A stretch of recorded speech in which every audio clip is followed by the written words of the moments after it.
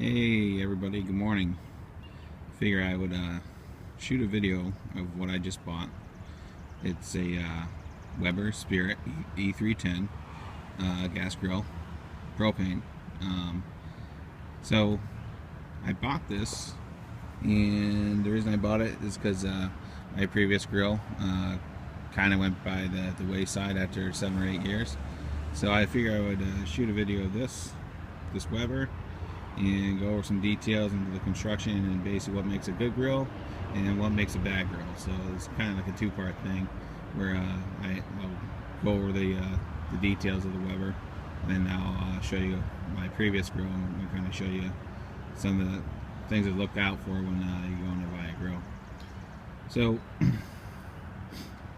it's a Weber Spirit E-310. I picked it up at Lowe's for $4.99 this past weekend, and for the most part, Webers are pretty much price controlled. No matter where you buy them, they're all the same.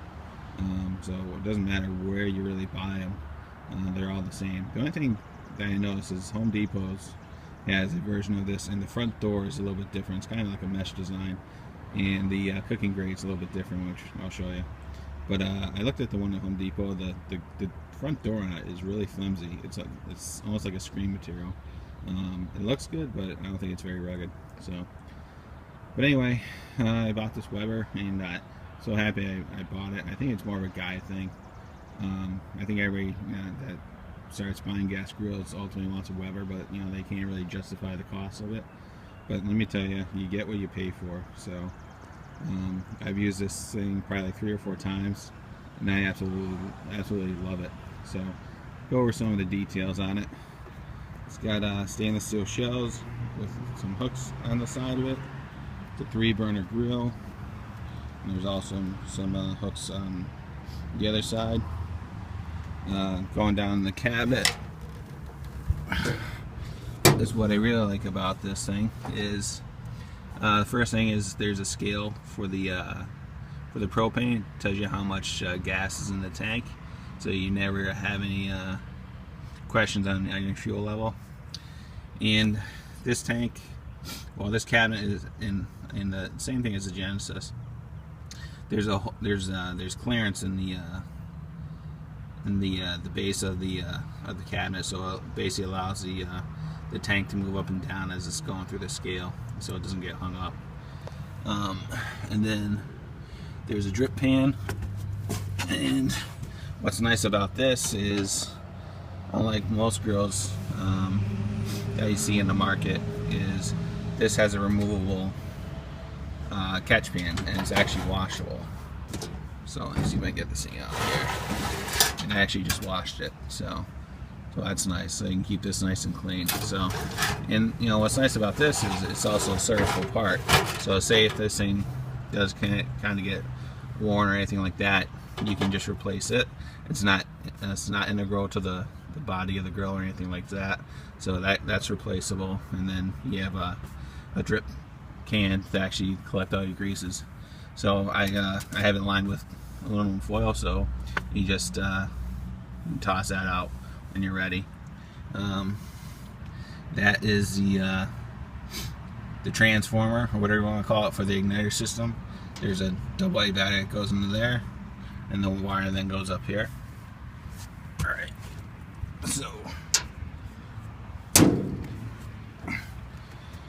Alright, so a lot of you may wonder, what makes a Weber, and why are they so expensive and everything else. So why don't we talk about it? This thing was $500. You can spend a little bit, a considerable less amount of money, $200 for some other grills, but the saying you get what you pay for is really true. So we'll talk about the construction of the Weber and why it is what it is as far as the cost. First thing is the sides are all cast aluminum. There's no sheet metal on it. It's sheet metal. It's cast aluminum on both sides.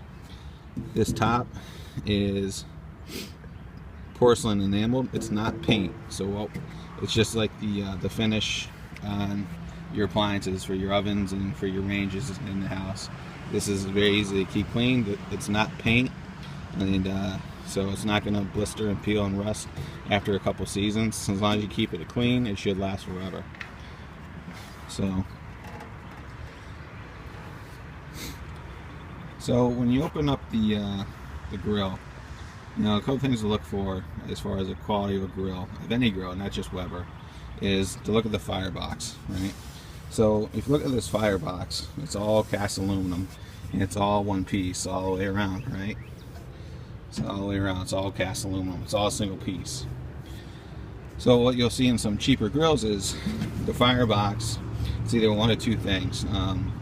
It's either a hybrid where this is cast aluminum, and then the bowl, the lower part of the bowl is sheet metal, or there's no cast aluminum and it's just a sheet metal box. That's porcelain coated. And so what happens is over time is if there's any sheet metal on it, this is what's going to rust because it's outside the elements and everything else, and it's going to be subject to elements, heat and cold cycles, and moisture and snow and rain and everything else. So if you don't have anything very durable out there, it's going to start to really go downhill fast, right? So another thing to look out for is the grates. These are porcelain coated cast iron. You can get some grates that are just cast iron, or you can go down the other end where it's just porcelain coated steel, like the thin ones. So again, the grates really make a difference. So if anything, get cast iron, or get porcelain coated cast iron, or if you want to go for the upcharge, you get stainless steel grills. So let's take a look at the box on the Weber, right? So when you look at the Weber, right, or any good grill, is you have the flavorizer bars, right? We'll just take these out. So there's the burner tube, right? And we can look at the pan, you know, the bowl. So this is the drip pan we were showing before, right? So one thing to look out for is the construction of how the actual burner tube is mounted to the fire bowl. And this one, the Weber actually has castings and mounting points actually built into the fire bowl. So it's just a single screw, and then there's a tapped hole which holds the burner down, right? So what you're gonna see in some other lower end grills is instead of using a system like that, they have sheet metal mounting points, and I'm going to show you that in my other grill. So that's one of the things. That's the other thing to look out for as far as the how the burners are mounted, because you know what, essentially, you know, these burners are stainless steel. They are going to last for a reasonable amount of time. You know, Weber uses good material for the products, but again, it's a wear item. You know, nothing lasts forever. So eventually, you will have to replace these. So, you know, and if you have to replace them, you want to be able to make sure when you actually replace them that you can actually have somewhere to mount them. So when you're going to look at a grill, look at the burners, look at how they're mounted to the grill, and make sure there's, you know, everything that's in there is substantial. It's not cheap or anything like that. So then if you look at the flavorizer bars, these are porcelain coated steel, and these should last for at least 3 or 4 years before they need to be replaced. You can look at some of the other ones, and some of the lower end assemblies are probably just cooked with a high temp paint. So, and those are the ones that you'll see will be rusting out in a couple of years, if not a year or less. So I've cooked on it for 4 or 5 times. I really like it. Drawbacks. So nothing's perfect, obviously. The only thing I don't like, well, it's not that I really don't like it. I just wish they put a metal handle on here instead of plastic. It does work, but you know, I would like a metal handle. The last grill I had a metal handle. It felt a little bit more comfortable when you grabbed it. So, So again, this one has stainless steel shelves and a stainless steel front. So stainless steel is nice as far as corrosion, performance, and everything else. It's not going to rust or anything like that. But you know what? Stainless steel is kind of a pain in the butt to keep clean. Again, I've only had this for like a week, and if you look, the stainless steel is already starting to stain up. So I had to go get some stainless steel cleaner and clean it up and everything else. So it's kind of the same thing on both sides. So you know, I'd have been happy if Weber just made those in plastic. So because these get a lot of abuse as far as putting utensils on there and your food and your trays and everything else. You're gonna be prone to scratching and everything else. So it looks good, but you know, it's a lot of upkeep along with it. So, but you know, so you know, if you ask yourself, and if you're in the market for a gas grill, and you look at Weber's, and you kind of wonder why they cost so much. That's kind of why they do, you know, because they're really built to last, and you know, the quality is really put into them. So yeah, it's a little bit more money up front as far as the buy-in, but you know what? It's gonna probably last you 10 years as long as you take care of it and everything else. So I always keep my grills covered. You know, it's just, you know, one thing that you do to make them last. So, but overall, I do like the grill. So it cooks well. I've cooked some New York strips on it, some ribeyes, and some burgers and dogs, and everything has come out great. No issues, no flare-ups, very even heating, and very good consistent heating, no hot spots, no flare-ups at all. So I would recommend this grill. If you had the money, go and buy it. So I'm very happy with it. So what I'm going to do is I'm going to insert the video for my other grill and go from there and show you kind of what the downfalls of a low end to a mid end grill and what to look for. Thanks. Okay, so this is my old grill. This is what my Weber is replacing. It's a grill that was made by BBQ Grillware. I think the model number was DSF 2616 or something to that effect. So I've had it for about 7 or 8 years. For the most part, it's held up pretty well. This grill was always covered on my deck, and it's been on my deck for the last 7 or 8 years. So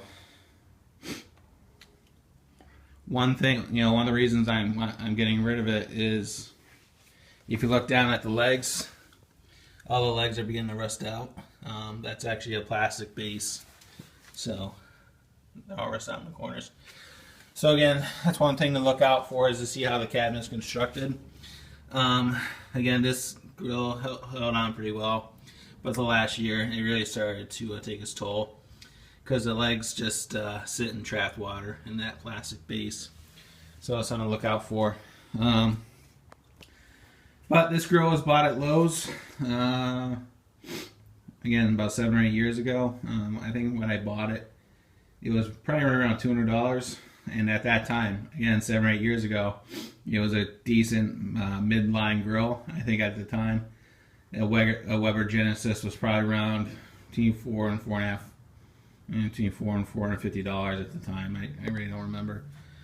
But you know, it's a 3-burner grill, and for the most part, you know, considering 7 or 8 years, it's the exterior cabinet, other than the legs rusting out, it's actually held up pretty well.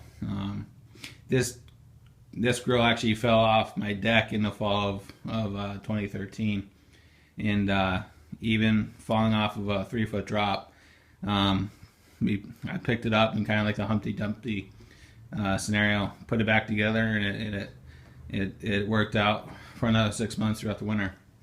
But anyway, as far as comparison where you're going to buy grills, you know, this particular grill, again, it's a cast aluminum end plate on both sides, and then it's a stainless steel